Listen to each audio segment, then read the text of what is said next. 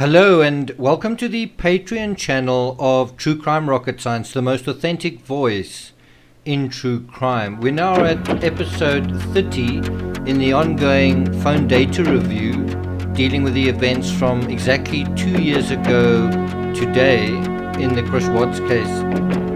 There's an interesting question from someone on Patreon just asking about the prepaid system. Why was Chris Watts using it? How was he using it? What is that all about? So we're going to talk about that a little bit later in this episode. What I want to address before we go on just is to sort of talk about this. Why, what is the point of a phone data review, and certainly what is the point of reviewing it chronologically? Now, I think the people who are on board and who are following it don't need to be convinced of that question. I think it's kind of obvious. It's almost like with the Matrix. You can't be told how it works. You need to experience it. And so those who've been going through the phone data review are having all sorts of thoughts come to them as you go through it, kind of in real time. And the dimension that is revealed in real time is, as you're going through it day by day, step by step, you sort of realize they didn't know what was about to happen.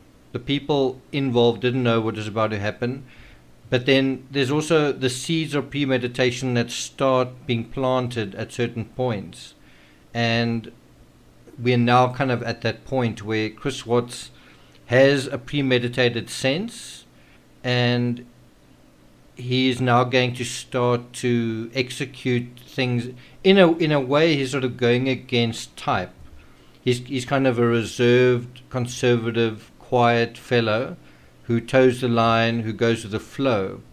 But doing something like trying to bring about a miscarriage is in a way going against type. He's taking a risk in terms of someone that he's quite afraid of. And can you imagine if Shan'ann found out what he was doing, given Nutgate? In other words, you have a situation where she believed, Cindy was trying to harm Cece. I don't believe Cindy was doing it on purpose, and I don't think she wanted to literally kill Cece. I don't think that was Cindy's aim, but in any event, we know how Shan'ann responded to that. Now, think about Chris Watts does want to harm the unborn child. Can you imagine how Shan'ann would have responded to that?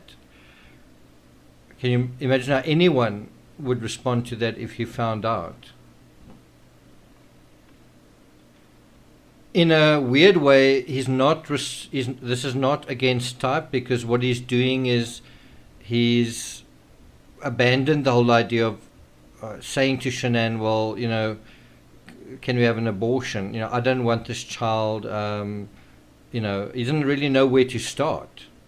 And because his social game is so poor, so weak, and he feels like he is outgunned in terms of Shan'ann, instead he does it in a seditious way. He does it secretly. He tries to poison her, and when that doesn't work, he tries again, perhaps using a bigger dose. But then that doesn't work either. And so what this is showing is, I don't think Chris Watts wanted to murder.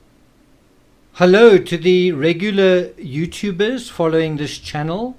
Thank you for listening to this preview of this episode. That's the first 4 minutes of around about 65 minutes, dealing with a really powerful episode 30, and goes into quite a few really interesting areas.